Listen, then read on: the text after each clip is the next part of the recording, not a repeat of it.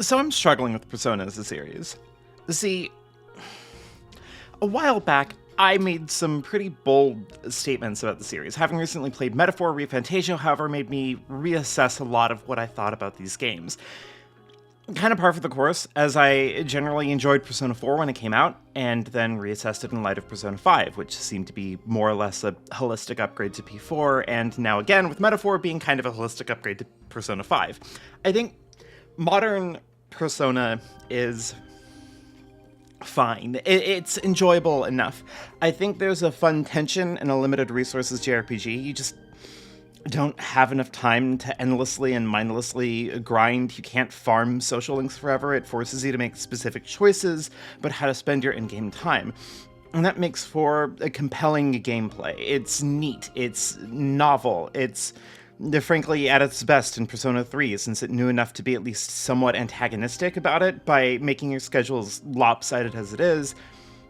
And then, inevitably, we come to the unspoken secret of the series. Yes, fans of the series are not naive entirely. We all know that Persona 1 and 2 exist, but they are often overlooked. Some small smatterings of admissions that yes, it's real, and yes, Persona 2 is dark, but they're also bad, like, to play. If Persona 2 wasn't torture to play, maybe I'd make a video about it. Truth nuke, I'm afraid. Weakness of spirit. I love myself, Vivian. And that puts me in an odd way. I mean, how could it not? When I started writing about Persona as a series several years ago, I went into it with an idea to extract from these massive games the parts that spoke to me the most. What it was that I wanted to see in the games, these characters, these stories and ideas. Persona 5, a million years ago, before I learned how to make thumbnails, was a game that I found truly interesting once, but the more I played it, the more I considered it, the more I came to the realization that it was a game that was ultimately eating itself. It couldn't be what it wanted to be. And I figured that it was the same situation in Persona 4, at least until recently. We'll likely get into it. By the time I did my video on Persona 3, I just wanted to explain to people what it had done to me in high school, how it wormed into the worst parts of my brain and made me long for a meaningful death. Don't worry, I'm a little better now, it's fine. All of these projects were made because I wanted to get to what I think these games meaningfully had in their hearts. What it was that was essential to bring to light, so that maybe people could see this video and reconnect these ideas back into their own experiences. How am I supposed to do that for games that are themselves not really things that people in the community seem particularly interested in playing in the first place? I mean, I get it. This isn't modern Persona. There's very little consistency from these three titles into these more recent three titles. They feel more like bar trivia games. Did you know that the Hermit social link in 3 is a reference to Persona 2? Did you know that Trish is a character in Personas 1 and 2? Like, deep lore and rumors, weird, bizarre, mysterious depths obfuscated by the game's nature, its mystique. It's kind of genuine old-school JRPG tedium. I can't even pretend that I disagree that the games are not the most exciting to play, but I really only have one thing to do. As much as I want to treat this like a normal video, find some fun, off-kilter association, reconnect it, put it all together, all of that, like, I don't know. Would it still work if I was out here talking about Lady Killer in a Bind? Lady Killer in a Bind is a visual novel about deception. You see, a story that ends in almost every situation with a big, grandiose final deception. Someone that you thought was on your side betrays you and gets away with it. No matter what you've done in this game, no matter who you fancy, who you slept with, how close to danger you played the game, even if you win, you cannot ever truly get one up on everyone.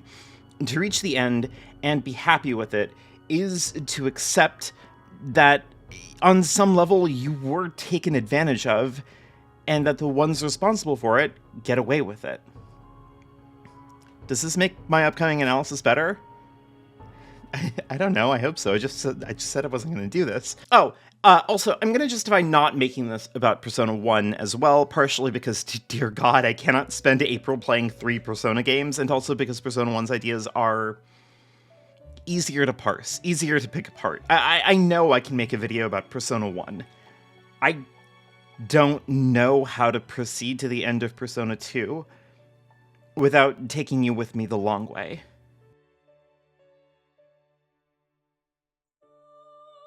Persona 2 Innocent Sin is a game that sits in a bizarre intersection of ideas. It's maybe well known as being one of the games with one Adolf Hitler in it, the one where the main character does vocal impressions of airplanes and motorcycles and construction zones, the one where a half-American Cantonese-speaking 17-year-old girl can punch said Adolf Hitler in the face. It's also the game that I've seen be thrown around as the darkest of the series, though that label is likely shared with its bloodier follow-up title. But the essential, plot summary pitch of it is that it is a game about the world ending because of the foolish actions of a group of children. And contrary to a lot of what modern Persona and, hell, modern JRPGs do, where they kind of introduce you to the world, the setting, the characters, introducing their arcs in appropriate places that position you in key position to take pivotal action in their lives, Persona 2 comes at you weird. Like, okay, you meet Yosuke in Persona 4, right? You learn a little bit about him, but nothing in his life is really in distress enough until the girl he likes dies, where you are in a position to, through investigating the weird happenstance occurrence with the TV world, pull him into solving this murder mystery together. That's fine. I'm actually not criticizing Persona 4 just yet. But Persona 2 starts you in the bike racks of your school. The main character, Tatsuya, he's actually, given a suggested default name. The only character in the series to give you such courtesy kind of already is a character in this world. He already has dynamics with the girl in love with him, Lisa, with your rival from the other school, Troy Baker. He's already burdened by his past, kind of in the same way I appreciate Persona 3 for having a depth to your party members. That same courtesy is afforded to your silent protagonist here. I should explain that this is a departure that's almost wholly unique to P2. Personas 1 and 3 have silent protags that function more as witnesses to the events going on. 3's MC is a little more involved, but involved incidentally. Their presence compels the plot forward passively, where 1's MC is basically just a pure witness. Everything that happens in the game is pulled through the competing narratives of our other party members, with endings dictated on your decisions. In a way, you function closer in 1 to how you do in 4 and 5, but it's different. 4 and 5 are, in a way, kind of obsessed with the MC. Remember that Personas 4 and 5 are basically pushing you from one character arc, with each essentially being introduced and concluded over the span of a dungeon. The story essentially belongs to Yosuke, then Chie, then Yukiko, then Troy Baker, Rise, Mitsuo, Naoto, Nanako, and then finally the big villain. You and him and kind of Teddy for 20 minutes before you kill a big god at the end, I guess, just like Persona 5 does. Persona 1 is laser focused instead on Maki, the way, the entire way through, unless you're doing the Snow Queen quest. And Persona 2,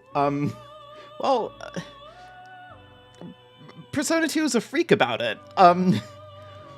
Tatsuya is a fully formed character. That he is a silent protagonist almost feels kind of character building all on its own. Like he's just not that talkative a guy instead of being a vessel to pour yourself into. And I think mechanically the game understands this because these two games are the only ones in the series with only one ending. You can make decisions that change some smaller events, getting some special personas, picking a romantic interest that kinda comes back in Eternal Punishment, but there is only one way this ends. But I'm getting ahead of myself. The way Persona 2 starts almost feels like a direct refutation of its reputation as the darkest entry. Compare again to Persona 1, whose lightly playful opening is undercut by everyone getting hit with Persona Lightning and then visiting their chronically ill friend in the hospital just before it gets turned into a dungeon full of zombies, culminating in one of your party members, Butler? dying. It's a weird game. I gotta make that P1 vid. Contrast to it, Persona 2 has this kidnapping that's revealed to be kind of a fake ploy to just have Michel ask Tatsuya to join his band. Michel's friends play the Joker game with Lisa, and when it works, Joker steals the three guys' dreams, like their ambitions, and then when he threatens to kill the three remaining, he freaks out on the realization that none of them remember what happened 10 years ago. Tatsuya, Michel, and Lisa all agree to work together to track Joker down and restore Michel's friends. That's essentially the way the game kicks off, and it's kind of goofy, right? We went from zombies and violence and death to something relatively abstract, and the game plays into that further by introducing that rumors are becoming reality in the city, and in doing so reveals a way for you to use this mechanic to your advantage.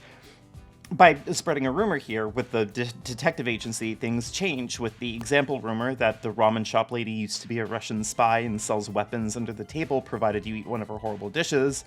When you spread it, that just comes true. You have reconfigured this lady's life and history, but it's fine, because now she'll sell you a guitar case that's secretly a Tommy gun.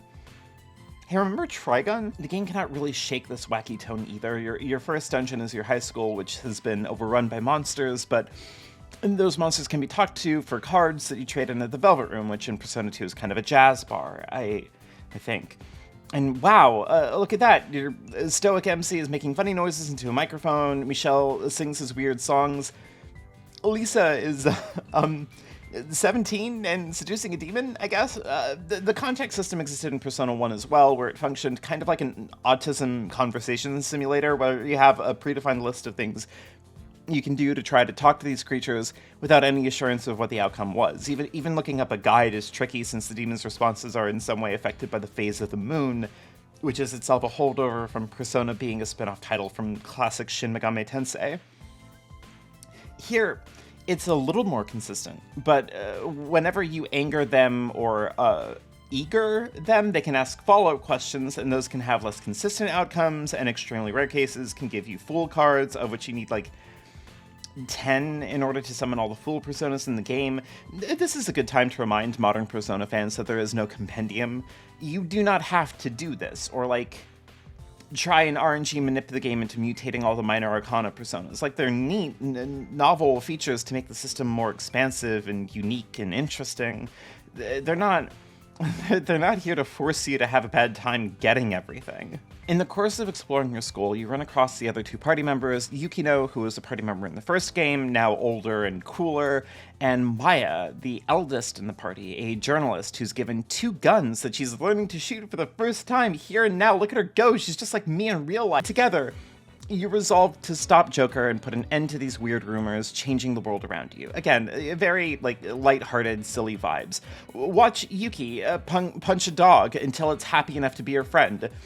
Look at these characters, have a lot of dad-based trauma before you kill 3 iterations of your parents in the final dungeon with a party member that age regresses when there's a fire. Wow, it's like this game was almost made for Patricia Taxon. Where was I?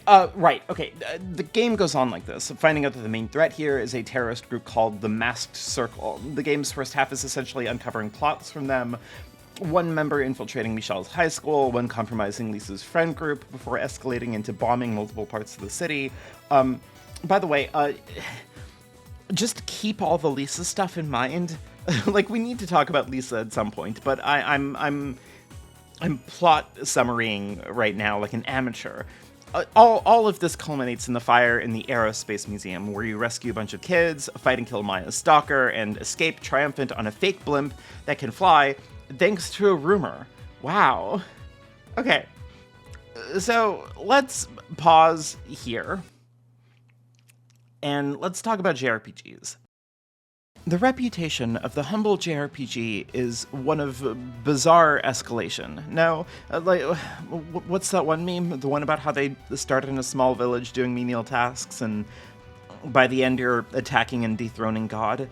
Usually how this works is in incremental steps. Tales of Symphonia starts you on a simple quest to help your friend start her pilgrimage, and each step of that pilgrimage reveals bits of the plot more and more until you reach a critical point where the objective changes entirely. You cross into a parasitic other world intertwined with your own, and in trying to fix your friend, you uncover more details about the world, and eventually find the one responsible for this twisted world and a means to put it back together.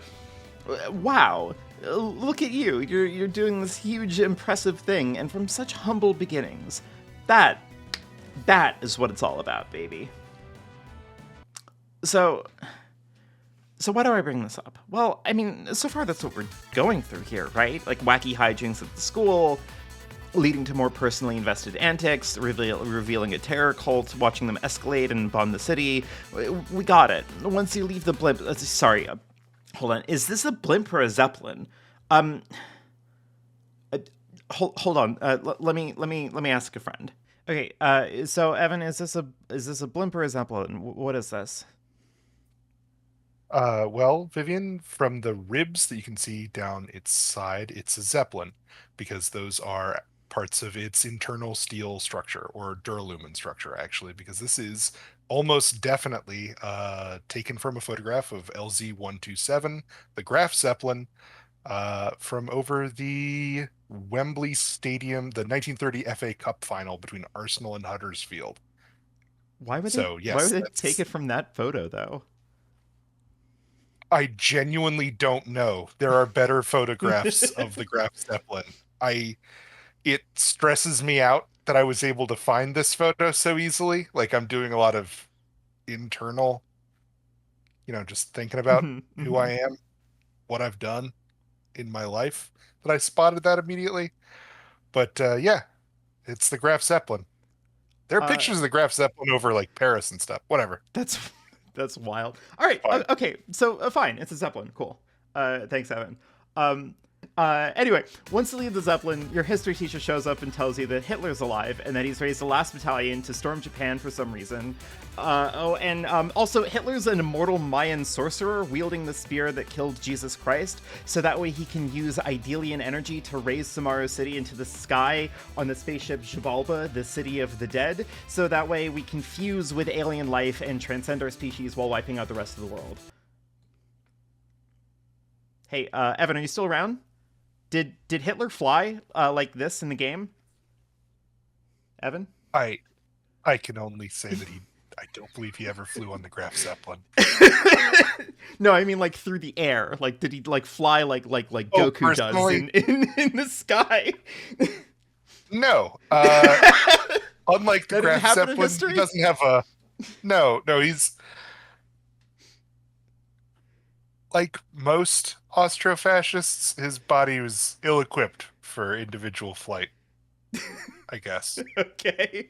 The game, I guess you can say it earns this reveal. It is technically a planted detail in some small dialogue exchanges with your history teacher, but by and large, Innocence is constantly blindsiding you. It's more than a story told in medias res. It's a story that's kind of already in motion and has been for like 10 years. Everyone comes kind of lived in with each other. Michel has an ex who was mean to him when they were in grade school, but everyone knows, except for him, that Cozy here is that same ex who's too embarrassed to tell him that she was mean because she was insecure about her weight. Wait, is there a conversation to be had about Persona 2's weird relationship with bodies? I was going to be pithy here and just point out that it's not worse than Persona 4's relationship with bodies. And that is mean and probably funny and true, but also, like... Fuck. Okay, look, fine. Here, okay, so, okay, Persona 2 has weird fat phobia stuff and weird transphobia stuff. Wow, a classic Atlas. But here's the thing. Persona 2's tone in relation to these moments is a little different. In the minor instance, the trans characters are nameless NPCs, and kind of the Samara genie, which, wow, that is a lot to unpack. And it's kind of tucked away in dialogue you have to find. It's not great. The way they think about it and write about it is a kind of salacious cheesecake. I don't like it. But also, like, it's not how Persona 4 handles trans characters. What vice do you most despise? Bigotry. But beyond that cesspool of discourse, the fat phobia stuff is like... I don't know, it feels a little mean to compare these two. Hanakochi has this insecurity, and it makes her lash out at Michelle, so when she meets him again in high school, and he's rock star thin and pretty instead of chubby and fat like he was before, and now she's overweight and insecure about it, she hides this from him. And then it's enough to motivate her later on to fall in with the masked circle, begging to be made thin. It's weird. Like the key element here is that Michelle explains that he never cared about her weight, that he just cared about her heart, and it's really cute. And that's great, but they sure did also engineer a way to make sure his GF is thin before the game ended. And then in Eternal Punishment, she's just like, I don't know, she comes pre-thinned. I don't know. It's something. Better than Hanako in Persona 4. Wow, do you get it? She's fat, and that's gross, and it makes her a bad person. Ha ha ha ha ha! Look at how much she eats. Me want food! What was I talking about? Persona 2. The character work in this game is so particular and strong. Like a good case study is when you visit Maki at the psychotherapy clinic. Yuki explains that they were classmates in Persona 1, so they have this shared history together. Just ignore the fact they were never in a party together. That makes sense, though. That there's at least an expectation that you're missing context because you didn't play Persona 1, but that's also how everyone in this game is. Like, part of the mystery is fully parsing and understanding the relationship that the central cast has with each other. Lisa just has a crush on Tatsuya for a while now. Maya and Yuki have this great teamwork with each other that's never developed in, like, a flashback, and that's good because it's not really important that every nuance in the dynamics of the characters in this game be served up for you. Sometimes, you get what happens to Yuki on Mount Iwado. See, upon the descent of Hitler in Sumara City, you are introduced to one of the core conceits of Persona as a series, the shadow self. Yes, technically this had a softer reveal in Persona 1, but it's different. Wait your turn, please. But it's made manifest in its most identifiably Persona way now. The shadow self here is interesting because absent a meta-reality like the Midnight Channel or the Metaverse, everything physically manifests in Persona 2, so the party shadows are created when a rumor is spread that they're part of the Masked Circle, and then they spread a counter-rumor that they're fighting against the Masked Circle. This creates a splintered shadow version of the party. This is pretty funny, by the way, when Shadow Maya infiltrates the party, ever so subtly, sure. But okay.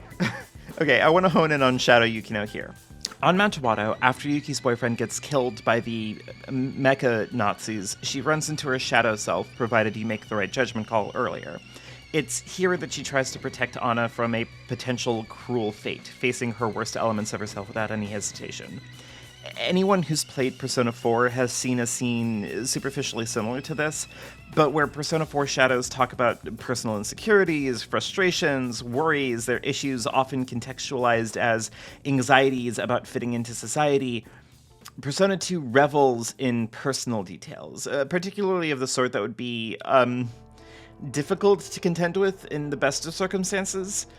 Shadow Yukino just admits here and now that Yuki is a based casual sex enjoyer, a detail of her character is so out of nowhere that this is the first anyone hears of it in the, 2.5 entire video games she's in. It retroactively characterizes her way more effectively than she really got in Persona 1, sure, but it's also the kind of edgy detail that should probably just, I don't know, feel like a salacious dig. Like, maybe that's what's happening, especially under the light of the much darker path through the sequence where you made the wrong choice and Shadow Yuki goes full toxic Yuri on Anna, calls her her doll, and then jumps into the abyss and dies with her, utterly obliterating the real Yuki's brain in the process. But, I don't know, it doesn't read that way to me.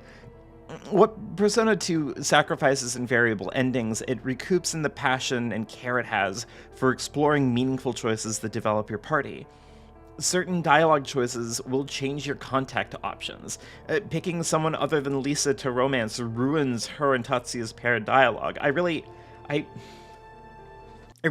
can't fucking stop talking about Lisa. Okay, fine. Okay, fine. Look, I get it.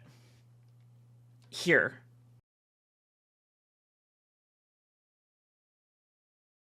In my first playthrough of Persona 2 Innocent Sin, I'm pretty sure my favorite character was the tortured June. See, following through on my needless plot summarizing, after Mantewato, Yukino either gives away her Persona abilities to June after the party rescues him from his Joker arc, or, Philemon just, takes her ability out of her comatose body, and he vows to make up for his sins and tries to stop the bad guys. He's also very gay. How gay? Well, okay, so he fights by throwing flowers at enemies, he can read their fortunes, you can make Lisa force femme him to delight some demons down the line, and he's not just a potential romance option for Tatsuya, he's considered the canon romance option for Tatsuya if you don't transfer over a playthrough where he picked Lisa instead. See, again, Persona fans, you had queer representation, and you had it with a character that's a party member for the last handful of dungeons in the game, and yet also infinitely more interesting, development was given to him than your closeted bi-king Yosuke. God fucking damn it. Don't go. I like you. Have you seen Len lately? No, I haven't seen Len in a week. He's by now. What? I'm going by! This second time around, though, I think Lisa was my favorite. See, Tatsuya's development is interesting but sparse, a vestige of him being a silent protagonist, sure. Maya's well developed, Michelle's arc is interesting, June's is kind of the main plot of the game, but Lisa's arc is so weirdly nuanced and specific, and best highlights how good the writing for this series can be. See, yes, she's introduced as part of the wacky cast. Look at her, she's half Japanese and speaks Cantonese. And her dad looks suspiciously like Steven Seagal, and he's like a turbo weeb. He bought a big traditional Japanese manor, dresses like this, demands that his daughter become a good, modest Japanese woman. Never mind that her name is not only distinctly not Japanese, but doesn't even easily translate into katakana. So much so that Michelle nicknames her Ginkgo, which the game adopts into its UI, hilariously enough. It's a fun time. Her early game arc is similarly funny. Her friends ask Joker to let them all debut as an idol group, spreading a rumor that comes true. When confronted on this, they apologize, but also insist that it's their dream to debut, as we all know, except for the player, of course, who's finding this out about Lisa now. In addition, they wrote a song with a solo part for Lisa in English, a language that she doesn't speak, because that's supposed to be the big reveal, right? White girl not speak English. Wow. Can we unpack this, though? Shiba and Miho are her two closest friends at school. They share a dream to debut together, and they do not know that she doesn't speak English. This isn't even deception on her part. She's annoyed that people assume that she can speak English because she's white, and that assumption is so entrenched that her best friends never once interrogated it. Having this reveal happen, having her own who she is in front of her friends and the public, all of this feels like a meaningful culmination of her arc, right? It leaves her romantically open-ended for Tatsuya. It's interesting and carries a lot of depth to it, but also, not that heavy. A fair side plot. Anyway, after Mantewato, the city is turned into Xibalba, flown up to the sky, and these temples appear, some of which house the remaining Shadow Selves, Ginkgo, Michelle, and Tatsuya. Going to fight Shadow Lisa has a reveal that, yes, Lisa fawns over Tatsuya, that she wants to be loved, to be the center of attention, but also that she's been lashing out against her family, her reputation, her assumed novelty among her peers in the city, and that's led to her abusing drugs and dating sugar daddies, and she doesn't even deny it. Lisa Silverman, 17 years old, Cantonese-speaking silly girl, the girl who bickers in anime hijinks with Michelle, has been struggling with a drug addiction and compensated dating, and what? We can't even process it, seemingly. Right after that sequence, Tatsuya is asked on the spot to pick a romantic interest, including Lisa, like right now, and then you have to keep on going on your mission to try to save the world. There's no processing this, there's no arc where her problems are fully resolved. This is part of the weird tapestry of her life, and that's just Persona 2 in a nutshell. Its approach to constructing its world without you and moving forward instead of just constantly serving you backstories in lieu of character development puts it head and shoulders above a lot of writing in this series. We do learn some things about everyone's past, sure, some crucial things even, things that are load-bearing to the plot, but characters aren't just lore repositories or have arcs that are made to satisfy your personal investment in them. Lisa has too much going on in her life for you to solve as the game spirals out of control, and that's a compromise that you have no choice but to make. No matter how good at this game's choices you are, you cannot solve this. Wow, wait, hold on, it's just like that thing that I said, what with Lady Killer and a Bind, it came together! Writing! Also worth noting, more closely tied to the immediate plot is that Lisa is the only character in your party that remembers what happened 10 years ago, when you all were kids, playing Masked Circle, who recognizes that the terrorist group shares the same name, who worries that Joker is the culmination of the sins you've committed as children. Let's discuss. Your initial journey through Mount Tawado is one of reflection, literally, in that you're looking at various reflection pools that fill in the events of 10 years ago. The five of you, Tatsuya, Jun, Lisa, Eikichi, and Maya, all played with masks together for a summer and not showing each other their faces. When the big sis had to move away by the end of the summer, the other four locked her in the shrine overnight. The same night, the shrine suffered a fire. Having no solid memory of what happened led to two of the party, Lisa and June, to believe that they killed Maya back then. Lisa worried that Joker is her vengeful spirit, when in reality he's June, driven to madness under the assumption that he's responsible for her death. Dispelling this idea comes at a great cost. People have died or have had their spirits taken. The world is heading straight for an apocalyptic end. Hitler's back, all because of a game you all played as kids, all because of a decision that wore everyone's hearts into the ground, even if it ended up with Maya alive, Tatsuya saving her from a serial arsonist by summoning his persona and scarring his face. The reality of events hardly seems to matter. The sin exists because it carries in the mind, the soul tortured even as Maya proves to a tormented June that she's alive. All of this starts to spiral faster and faster out of control as you reach the end of the game, as you dig through the guts of Xibalba, where the party's thoughts start to erratically manifest. It's silly. Like, wow, look, we accidentally made a laser room. Maya made a can appear. Wow, Eikichi has to fight his golden father dad. But when June's golden mother mommy appears, she nearly obliterates him out of existence. The grotesque reality to the nefarious trap manifested. Persona 2, Innocent Sin, is a game that's deeply engrossed in the power of the mind. You see, it's kind of why Hitler is the final boss of the game. See, rumors are cumulative. The more people believe in them, the stronger they become. So in a way, immortal sorcerer Hitler kind of makes sense. Like, sure, your history teacher has fully gone insane looking at 80s movie aliens, because when the public thinks about aliens, they think about the movies, right? But Hitler is such an iconic evil person. There's literally a Wikipedia page entirely on rumors about him not actually dying. Oh, hey, look, it points out this too in the section in Persona 2. Wow, look at that. This counts as research. But here, in the depth of the collective unconscious, wow, my mom would love this game if she could bear to play it. You fight big ol' Hitler man himself. And then he turns into a gestalt monster of all your dads in BDSM gear, and also all of your dads keep calling out their respective kids, trying to reconnect to them, except for Steven Seagal, who just keeps on yelling at Lisa that she's Japanese. Fucked up.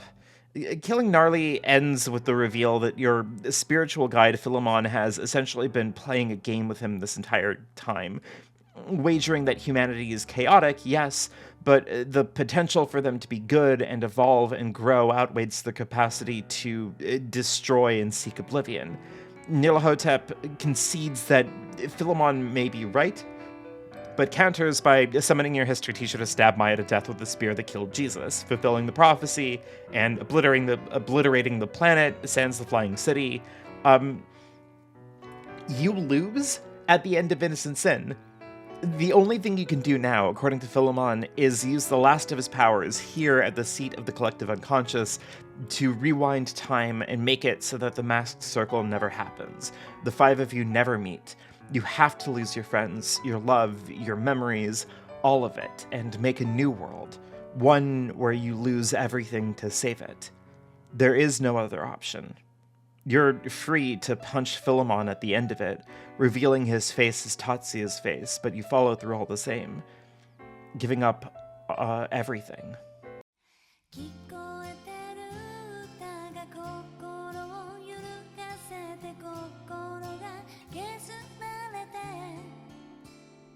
Did you know in the original opening of Persona 2 Innocent Sin there's these lines of text? I looked them up, and as it turns out, they're from a German song called Der Doppelganger. Gil? Still ist die Nacht, es ruhen die Gassen. In diesem Haus wohnte mein Schatz.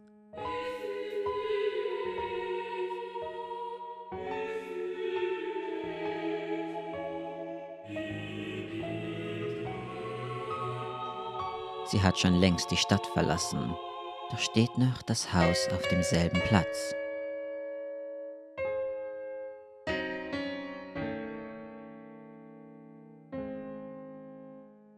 Da steht auch ein Mensch und starrt in die Höhe.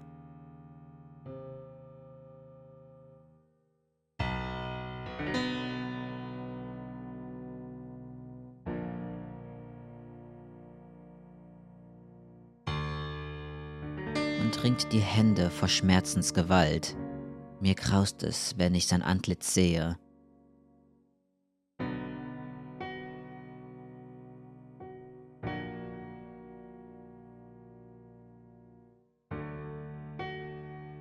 Der Mond zeigt mir meine eigene Gestalt.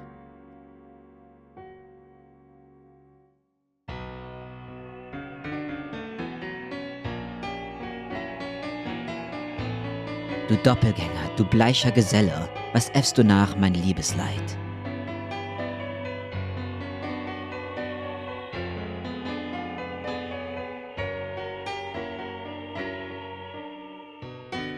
Das mich gequält auf dieser Stelle, so manche Nacht in alter Zeit. That's really pretty. I wonder who wrote it. Oh, it's Schubert. Qu'est-ce qui vous a poussé à étudier la musique? Votre petit talent? Je peux vous assurer qu'il n'en vaut pas la peine. Si vous n'avez pas d'autre motivation, devenez pianiste dans une boîte de striptease et cessez de me faire perdre mon temps.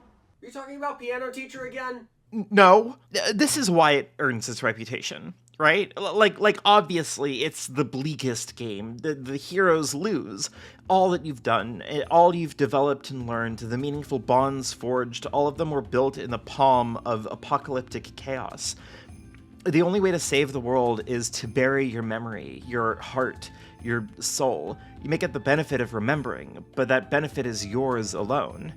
And if it were just this, if it were just this morbid little freak of a title, I'd be pretty happy with it. It's a bold direction to take the series for as mechanically clunky as it can get. It's surprisingly thoughtful and invested in its fiction. It carries little in the way of social commentary like modern Persona pretends to be, but it is instead curious about the introspective nature of the self. It's great. And I bet you're out here trying to preempt me, right? Like, obviously, this game is as bleak as it is because there's another one, right? Well, let's talk about the other one. So in the original language, apparently these games were merely subtitled Sin Sumi and Punishment Batsu. I do like the English translation of them, though. I think it adds a little bit of flavor to it. I don't know, that's good localization, TBH. There's something poetic about a sin committed innocently, not just because it's the story of my life, but because it drives home a deeper point about the nature of these games, a call and a response, a sin that needs punishment. And it is this very nature that initially complicates the progression of eternal punishment. See, the game is less its own conceived vision and more a reply to a vision that came before. The initial experience of the game, especially assuming you've come to it after playing Innocent Sin, is mostly cross-referencing data points. Like, wow, the detective agency is in Aoba, not Hirosaka, and Tamaki she isn't dating the fail boy from Persona 1 in here. June has a different last name, the music is different, the gameplay is worse somehow. Like, what small affordance you're given in allowing you to configure everyone's moves in a little input menu before sending them by hitting the battle command pales in comparison to how weird and clunky it feels. Like, I don't know, you get used to it. You're a gamer, but the game comes in a little different, a little fussier, and also notably harder. The game far more punishing initially, requiring you to really plan out your limited resources more carefully. It's good. It's a tense time early on, a sharp contrast to the kind of light breeze of a time Innocent Sin was. On top of all of this, Eternal Punishment seems way more invested in being a proper sequel to Persona 1. See, in Innocent Sin, Ellie, Brown, Maki, they all like make returning cameos, with Yukino being kind of a main character until the second half of the game. Troy Baker and Reiji are in the game too, sure, but they're optional content, only dug up through searching through the abandoned factory in full. Eternal Punishment pulls them more centrally into the plot, with Nanjo and Ellie being temporary party members, with Maki and Brown and Reiji having a more weighty role than the last game, and all of this culminates in a reunion sequence with the MC of Persona 1, just off screen.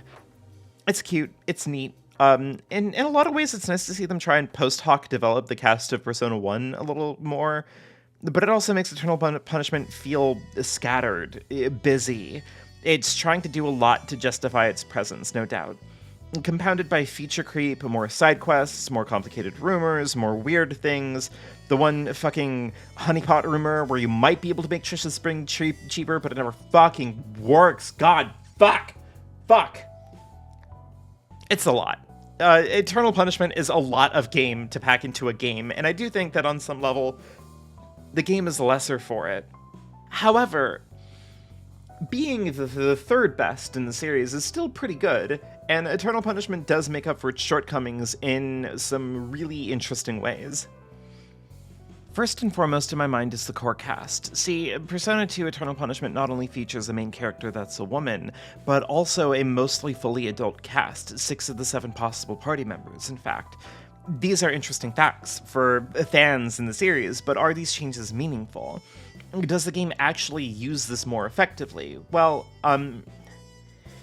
yes. Like, Maya is now the silent protagonist, which is kind of earned since all of her most traumatic moments from Innocent Sin never come to pass, and that has a meaningful change to her behavior. You know, she still has her catchphrase, she's still energetic and happy from what you can glean from her narration and dialogue choices, but she does seem to be a bit quieter and more intense, if you care to read her silence that way, sure. Complementing this, our new party consists of her roommate Ulala, who sells lingerie and is otherwise a complete girl failure, and I love her. Katsuya, a detective and Tatsuya's older brother, boo, I don't like cops, and Baofu, a wiretapper and righteous criminal, yay, I love crime. The three of them have an almost rock-paper-scissors kind of dynamic to them, with Katsuya compelling Ulala to be more serious, Baofu constantly antagonizing Katsuya's do-goodery, and Ulala's free spirit overwhelming Baofu's jaded cynicism. It's I don't know, it's cute. Also, like, I don't know, Persona 2 is still interesting with a bunch of adults instead of high schoolers. They have weird hang-ups and problems and are just as flawed and weird and interesting, and in some cases, their relative careers exacerbate things more and more. Ulala, for example, drunk and frustrated because her life's a mess while her roommate seems to be gaining traction as a journalist, dials her own phone to summon the Joker, to put out a hit on Maya, not thinking that it was a serious thing. That sets off the whole course of the game, by the way, leading Maya and Ulala running into Katsuya, who then all run into the Joker, played by Maya's alt-reality stalker this time around, to them awakening to their personas, to seeing Philemon's weakened remnants, and so on and so on. It's a fun thing that she hides from the party until, whoops. So, like, eventually, the New World Order, standing in for the Masked Circle of the Nazis, starts spreading a rumor that anyone who's called in a Joker hit becomes a Joker now, and the whole game's mechanics suddenly shift wildly. Ulala starts to fucking transform into the Joker, and you have to fight her, and I don't know, it's horrifying. Persona 2 Eternal Punishment, really interested in body horror, fun fact. It's the kind of exchange the game is playing with here. For every bit of its own vision it has to give up in order to play with their expectations, like Anna being presented as a bad guy here too, only to reveal that it was her underclassmen who put out the hit. They make up for it by having an increased investment in the sheer viscera of it all. It starts somewhat mild if we consider the initial leap from Joker stealing people's dreams and ideals to killing them violently with swords. The Joker transformation starts silly enough, if a bit unsettling, only for it to escalate more and more, reconfiguring them into monsters, devices that steal their perceived sins from them. In theory, the party is more proactive in this version of reality, our professional connections giving us better means to actually stop plans in motion. And it seems like in response, the opposition gets more grotesque and violent. There is also a notable shift in the dynamics of antagonists. See, in Innocent Sin, you had two enemies to contend with. The Masked Circle were this group of terrorists trying to faithfully fulfill the Oracle of Maya. Far enough into the Oracle, Hitler's last battalion arrives and starts to wipe out the Masked Circle. They were, unfortunately, pawns in the game. In contrast, the New World Order is full of distrust and personal motivations, various pawns thinking themselves the masters of their worlds. Kandori, the main villain of the first game, is back, but he is the Hitler of this game now. It's actually kind of neat, because there's like an old school Fire Emblem path split, where you can pick either Nanjo or Ellie as your temporary fifth party member.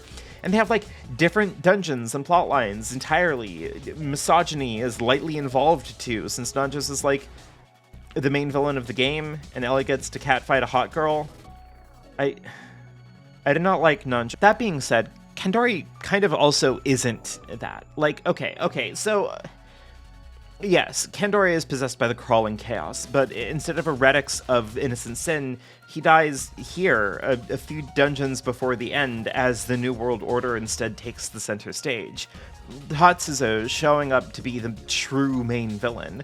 Here he is, getting turned into a Lovecraftian horror unceremoniously in Sumaru Castle. Hey, did you know that you can side quest enough to get 3 mocking Persona versions of Tatsuya, Jun, and Maya from a made-up legend that's also just a rehash of you failing in Innocent Sin? Here they are one-shotting Gozen and sort of stopping the prophecy at the end, so at least, I don't know, at least the world doesn't fall apart in this reality. Yay! Also, the city gets pulled into the collective unconscious. Like, this vision, the look of the city, consumed in this apocalypse backdrop, really drives home the idea that in Eternal Punishment, visual and visceral horror splendor is swinging harder to try to recoup the flimsier story beats. But it works. I don't know. And it works specifically because this final gauntlet, Torifune to Sumaru Castle to Maran Mandala, are kind of also designed to tear down the nigh invincible aura that Tatsuya has been carrying around all game, drawing a pure, clear contradiction between his physical reality and his spiritual depth. Contradictions that Nyarlathotep is seemingly all too jazzed to keep pointing out. You're given choices that are a pale reflection of the choices you made in Innocent Sin, whether or not to trust in the inner strengths of your party, with one notable exception. See, like, as Eternal Punishment has mostly been more focused on the puzzle at its core, the discrepancies between the two versions, the development of the P1 cast, a lot of interiority afforded the IS crew has been eschewed here. We get glimpses, peeks into it. We can learn about Baofu's past through a hostile bit of espionage played against him by Tatsuya. We see the results of Ulala's drunken frustrations, but it all builds to these shadow encounters that kind of pull the curtains back on the cast. Tatsuya wanted to be a patisserie, I guess, and is in love with Maya and feels like he's competing with his 18-year-old brother, which... Okay. Ulala feels unlovable and unattractive. That's fair, but it is Baofu who you have to intervene for. He's the one who doesn't have the kind of inner strength possessed by the others because he has been deflecting sentimentality and vulnerability this entire time. By finally standing up to him, by intervening, his facade comes crashing down. These sequences, I may not like them as much as I did in the other game, but they really work to highlight that these characters' lives are complicated and messy, and that a heartfelt talk doesn't fully undo things. Katsuya's high school dream remains a dream.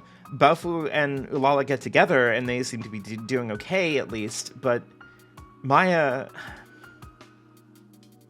Well, okay. Before I can really dig into the final moment here, we should maybe talk about Tatsuya. Tatsuya ends up becoming a wildly fascinating character in Eternal Punishment, both in the original script and also throughout the visual novel side content made for the remake, Lone Shadow. Usually I don't really care much about deep lore expansions like this, but there is something to reframing the world of Persona 2 in the language of a visual novel that really drew my attention. A lot of writing in this video game and in games in this genre generally tend to have a certain amount of harmonic trust in the visual or mechanical elements as load-bearing to the player's understanding of the game. Final Fantasy isn't going to sit here and meticulously describe what you're textually doing when you fight a boss or cast a spell, unless you're the novelization of Final Fantasy XI and talk at length about polyphonic chanting. However, Lone Shadow does away with that harmony and risks a full immersion break. Like, I don't know, like it's kind of hard to feel like Tatsuya's sword swings are all that when they're often the weakest part of his kit, but they do so in order to paint a clear picture of the world seen entirely through the realistic lens of one of the characters. It's weirdly horrifying. Your initial POV character is Shiori, a detective, who's trying to track down and stop Joker. She fancies herself smart, clever, and with proper motivation. The prime suspect killed her brother 10 years ago, and she concocts a plan, first trying to interview Anna, who was previously suspected of summoning Joker, then by calling a hit on herself, then sequestering herself into a locked room with only one exit and waiting until sunrise. It isn't until the POV swap to Tatsuya that draws us into sharp focus, with him meeting just straight up horrors from H.P. Lovecraft and describing that he can't feel fear properly anymore because of his persona. That in this world, people's personas genuinely reconfigure their bodies, how they react to danger, how they think and feel and move. The cast of Persona all use weapons and they all go the extra mile to explain that far from a video game abstraction, this is the mythos of their other selves, imbuing them with a shared physical memory. This is probably considered retroactively true to Innocent Sin in Persona 1, sure, but it's made clear here. As much as Innocent Sin was about the mind, Eternal Punishment is about the body.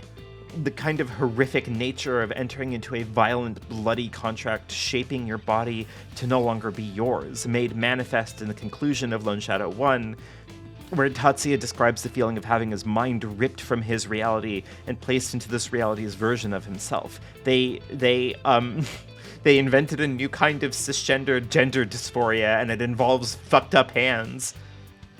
And someone do this to me. This gets picked at more and more in Lone Shadow 2, trying to really draw a steep contrast between the fantastical lives of Persona users compared to the normies by giving us accurate gun lore.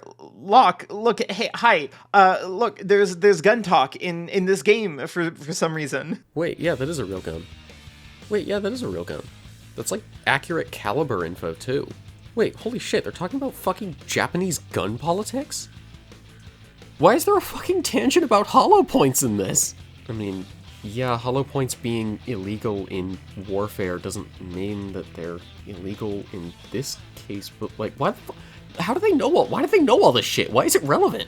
Is this game good? The way Shiori's story ultimately goes is interesting. I like the idea of her implementation to further support my equivalent exchange talking point, since the Masked Circle never happened in this reality. Shiori and her younger brother Takuya took on the role of Maya and Tatsuya, only absent a persona to handle the arson, and the serial killer Pseudo, her younger brother Takuya, died, turning her into a cop with a vengeance. It's and I don't really care about talks about dirty cops. It's part of why I dislike Baofu's reveal that he's also a secret cop, and boo. But it is funny that her jaded, guarded nature leads to her obliteration, being turned into a monster, nearly ending the world by killing Maya again, Longina style, and being nearly strangled to death, or rather to Yukino bad end mind death, I guess. It's fine, but I'm far more invested in the writing caring so much about exploring the physical reality of having this kind of power in a way that later games can't really develop on. Like, sure, maybe you can extrapolate it to the other titles, but none of them super care about that interpretation. They literally point out that Ryuji can run fast in that one dungeon, so like, is the implication that either he's running superhuman fast, or that all the flips and anime-style fighting are just like video game abstractions for our benefit? This is the thing that someone's gonna get weird about in the comments, right? Even outside of the side content that, you know, goes hard, I guess, Tatsuya still gets a compelling kind of characterization. He first shows up to save the party multiple times early on, and since there's this whole save data transfer mechanic, he is literally endgame stats from Innocent Sin, rushing around, pulling off trick shots to save Eikichi, seemingly impossibly strong, but when you get closer to him, the further in, you can see the limits of his power start to show up. Suddenly, the guy who's saving you from danger, who's moving faster than Shiori can track with her eyes, is injured after a boss fight. Is still fighting, still resisting the clear impulse to give in and ask for help up until the undersea ruins are coming down around the party. You know, look, a lot of games want to portray the injured alpha lone wolf type of protagonist, you know, jaded, dark, bitter, solitary, and I think that Persona 2 shows up a lot of them. Eternal Punishment really genuinely shines in these moments. Tatsuya is a paradox, not just textually or cosmically, but as a character. He tries to be solitary, he tries to push everyone away, to beg Maya to forget, to stop her journey, but others can clearly see what he can't. That he's still a kid. No matter how badass and cool and powerful he is, no matter how cool the Lone Shadow arc makes him, Eternal Punishment actually does get at the real depth of his character. Like, I don't know, we all like the hardcore jaded lone wolf type, you know, like Troy Baker in BioShock Infinite, or Troy Baker in The Last of Us, or Troy Baker in Infamous Second Son. But Eternal Punishment is seemingly keyed into the dynamic of the party to a degree that may feel simplistic. There's very little lecturing done by the adults. No righteous speeches to tell Tatsuya to let people help him, but instead an assumed clear position, despite the realization that everyone in this cast is younger than me and that it threatens to literally obliterate my psyche, and that the only person in this cast older than most of my YouTube friends is a Baofu. The weird way that Japan treats the transition from high school into adulthood kind of clicks here. Like, yes, okay, Ulala is literally me if I were hot and human, but when faced with a teen in a crisis like this, she and the others all agree to support him without batting an eye. It's cute. This dichotomy gets drawn into the spotlight in the final boss fight, where it is revealed that rather than this being some kind of sinister long con from Nyarly, the only reason why this is all happening is because of Tatsuya himself. At the end of Innocent Sin, he, Lisa, Michelle, and June all agree to give up their memories to rewind time and fix things, and they all did, except for him. The strong, stoic, cool, badass MC, the literally you character, couldn't let go, and it split the timelines, giving Nyarlathotep the room to drag his mind into this reality. All of this happened because of the one time he was truly vulnerable, truly weak, but no one even bats an eye at this. Like, that wasn't even the time the final boss asked if you hate Tatsuya. That happened earlier. Wow, so many guns are aimed at Tatsuya. I like this progression, because there's never an outright denial of the contradictory nature of humanity.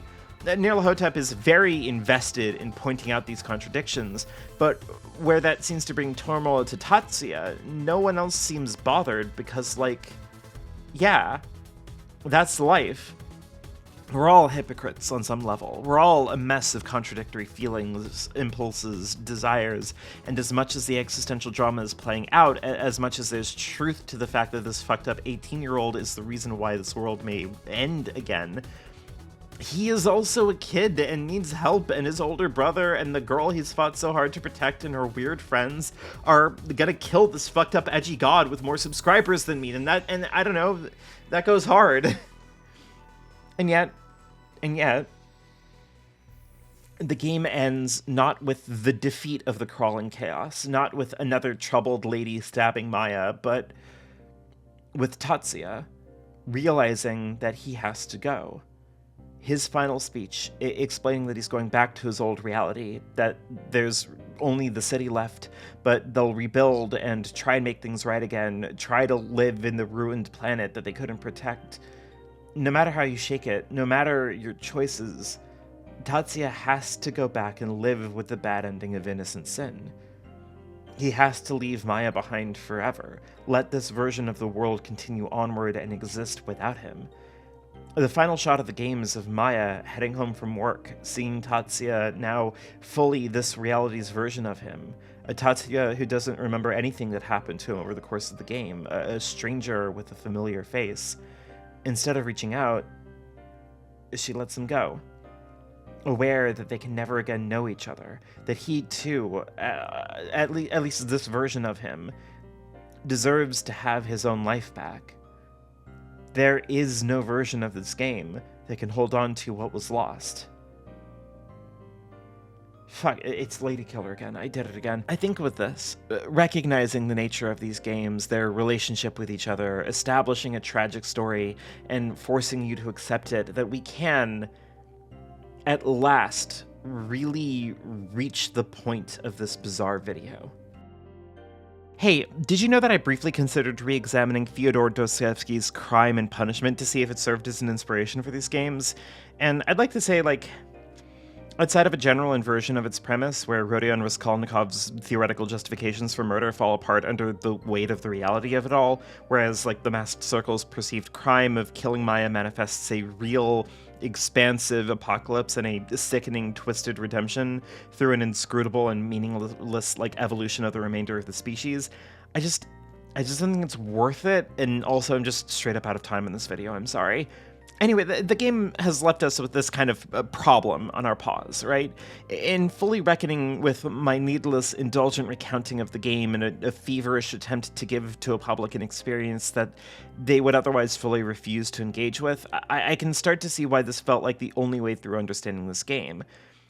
Persona 2 resists a lot of modern media analysis, to put it simply. See, we can talk about Persona 4 or 5 in a lot of familiar ways. We can talk about trauma, about society, about the conservative nature of Persona 4, about how Persona 5 wants to be about something but can't. But trying to sum up Persona 2's themes, ideas, social or political goals, it all starts to turn into a mess. I described this game to my friend Evan, whose mind I shattered earlier, and he summed it up by saying that it sounds like the game's coming out hard against the notion of friendship, considering that the MC's friends end up chaos theorying Hitler and the apocalypse. And yeah, okay, I can sort of see that, right?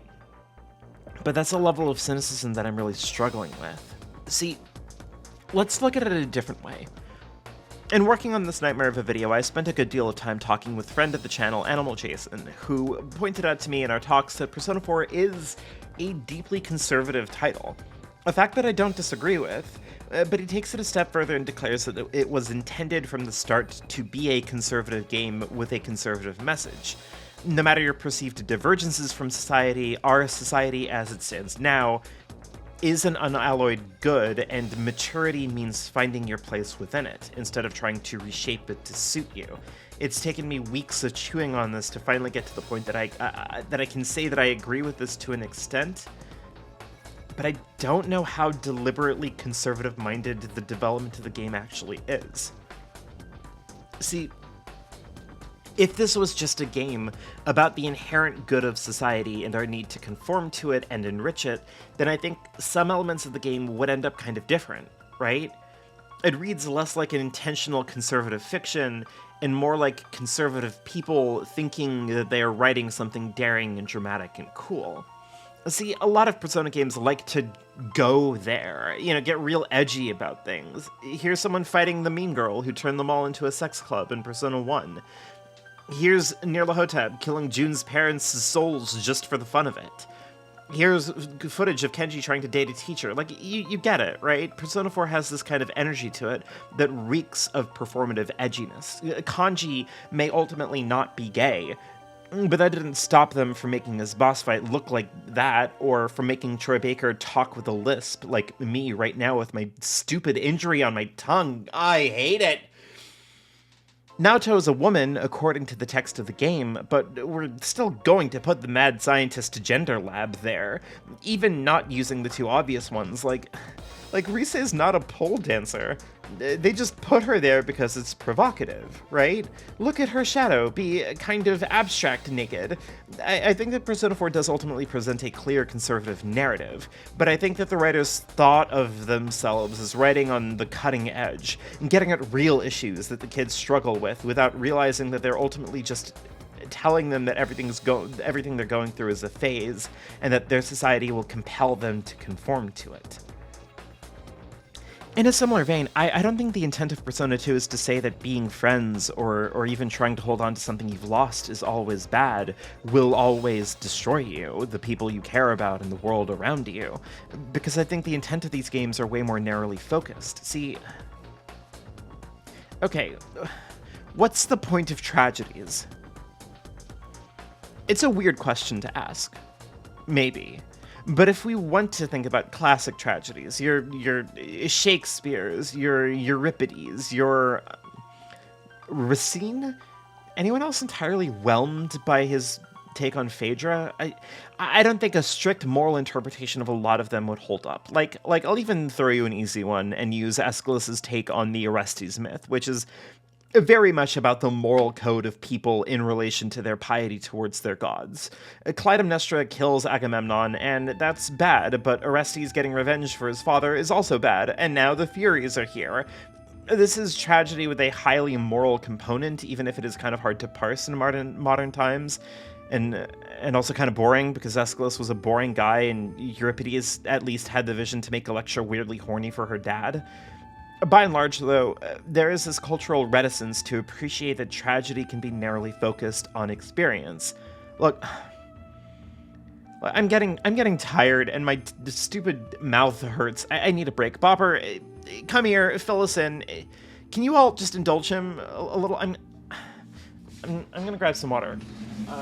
The issue with morality and tragedy is that the tragedians were not Tumblr-pilled. Moral judgment about characters and character action is not the purpose of the tragic mode. A common misconception around tragedy is that downfalls are brought by an objective tragic flaw. Oedipus and Macbeth's fates are equally preordained, and certainly only one of those two earned their fate. Tragedy confronts the irrational, the suffering that insists upon itself both internally and externally. Morality never enters the equation in a tragedy. Good and bad people, if such categories even exist, suffer alike. Hamlet dies, Romeo and Juliet die, Macduff's son dies, and Fleance watches his dad get murdered, and Oedipus was just asking questions, bro. Perhaps the only moral statement universal across the great tragedians is that straight people won't stop having sex with their family. Isn't this Persona 2? For all of Innocence and levity, its bizarre world, the kind of power and assurance that you understand the mechanics of how rumors spread, that you're able to piece together these puzzles, inspire the inner strength of party members, play the game to the best of your ability, fight the Nazis, punch Hitler in the face, and prove to the collective unconscious that people are good, only for the last line of the Oracle to come true in the final instant, and then they take you all the way back around, make you make this horrific sacrifice, reset the clock, make a brand new world, new puzzles and crises that you solve better, faster, stronger, fight Gnarly again. Fuck you, man. I have no real beef with you, but why name yourself after this prick? God. Only to end here by telling this one kid at the end of all things that the only way to make it right is to give up. To let the bad guys win and go back to his own doomed emotional catharsis in there, to consider how much he has suffered and how much he has to give up in order to make the world right, remembered by a handful of people who are now sworn to leave this reality's version of you to his new life, without you. Maybe I should be mad that Maya's not as central a protagonist, right? Like, it's supposed to be her story. And she instead sits in this kind of nexus point where the game is constantly converging on her, trying to obliterate her. She is, after all, the one big discrepancy in this new reality. She should be dead, but she's spared her ultimate fate by giving up on her memories as well, though with her it's different. For Tatsuya, to give up his memories is to leave this body and return back to his own reality, a full departure, a fully separate being no longer possessing the flesh of someone with his name and face and family. For Maya to give up her memory is to essentially not give up on them. There is nothing in the text that suggests that she's had to forget what happened, just that she can never act on the reality she's recalled in part. She sees Tatsuya at the end and has to accept that her life must go on without him, that he can never be made to remember. She is bound to know and live with this knowledge in her heart and in her heart alone. For all the ambiguity the game proposes about her romantic feelings for either Suo brother, it makes sense that her final moments in the story aren't spent with either of them, but instead at her work, talking to a young intern who's promising to work hard and for her to encourage him. I think this is ultimately how these games earn their place as the bleakest stories in the series. Gore, viscera, Hitler, these are all edgy indulgences. There's very little that differentiates their joyous violence and nightmares from any of the other edgy indulgences peppered throughout the series. What it does give us is something beautiful and unsatisfactory. There is no other game in the series that achieves this, or even gets close without using the highly indulgent bad ending paths, a simple means to tease the mind with tantalizing what-ifs. What if you weren't heroic? What if you killed a girl's psyche? What if you like a serial killer and he's her blorbo? In all the best endings of the game, there is a genuine sense that you've done something meaningful, something good has happened. You've fixed someone, you've saved the world, uncovered the truth about a big mystery, ended systemic injustice somehow. God, in one of these endings, the main character fucking dies, and it doesn't hit like this. Innocent Sin makes you play the role of the puppet to the primordial darkness of the collective unconscious, able to at most mildly impress him with your conviction and strength, only to lose everything instantly. Eternal Punishment, what should be the heroic follow-up, the episode 6 style big blowout win for the good guys, instead tells you at the very end that the only reason why all of this has happened is because you couldn't accept the outcome of Innocent Sin. All that has happened is because an 18-year-old kid can't let go, and in letting go, everything can finally move on in peace. It's a game where nothing happens. The end state almost unchanged from the beginning, but tucked away in the obliviated periphery of these 11 characters is a fight that must not be remembered, a struggle that brought them through their lowest points, their worst selves, and taught them what? That they are ultimately mortal, limited, that in the cosmic test of human potential played out by two people taking turns impersonating Tatsuya, their conclusion is to let the game keep going for now. It is at its heart a stone-cold bummer of a text, one that frustratingly few people in my life will ever experience, so now I too am burdened by it. I am now the carrier of dark knowledge that once upon a time Persona didn't care about being about society, it didn't care about moral lessons, but it cared about characters, philosophy, it cared about telling a good story even if it ended up in such dire places as these. I don't know how to make people care about this game, or about stories like this, but I sincerely doubt that Persona will ever again be written like this. Metaphor ReFantasio came out and it's great. It's beautiful. It's eventually even got like a bit of nuance tucked away in there. It's really good, but it's never going to be like this again. And I guess I'm just frustrated because it feels like people don't want to have this anymore. By and large, popular culture has favored stories that have clear moral instruction, and that limits our capacity to explore art, to explore tragedy, to enjoy the fact that absent real people, fiction can gently take us through feelings we wouldn't want to have to face in real life without trying to teach you a lesson about it. Sometimes it's important that you feel things at all, that these stories can be meaningful without it being somehow applicable to your day-to-day practice. Maybe if you need to take away something from these characters and their wretched fates, it is that it may be worth being remembered, even tragically. Maya manages to smile and move on at the very end of all of this. She may never be able to act on them, but she will have these memories forever. And that alone may be enough. That alone may be enough. Thank you for listening.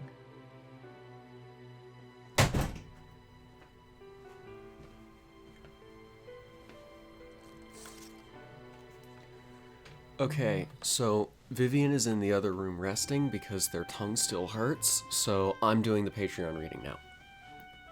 Special thanks to Alex Patanos, Alexi Angelica, Athena Stripes, Bees Louise, Blair Renix, Blueberries in My Coffee, Colleen T, Evan Kearns, Foxy Hex, Gail Simmons, Grizz, Lewis Wells, Lowres, Maria Aldrin, Michael McNay, Mocha Lappin, Near Eye the Red Marked, Noun Verbally, Philip Pryor, Professor Bopper, You Cannot Hide from Watching Amelia Perez Forever, Rob Leon, Saint Rawberry, Thanagor, Tradegood, TV's Ross, and Cetetic.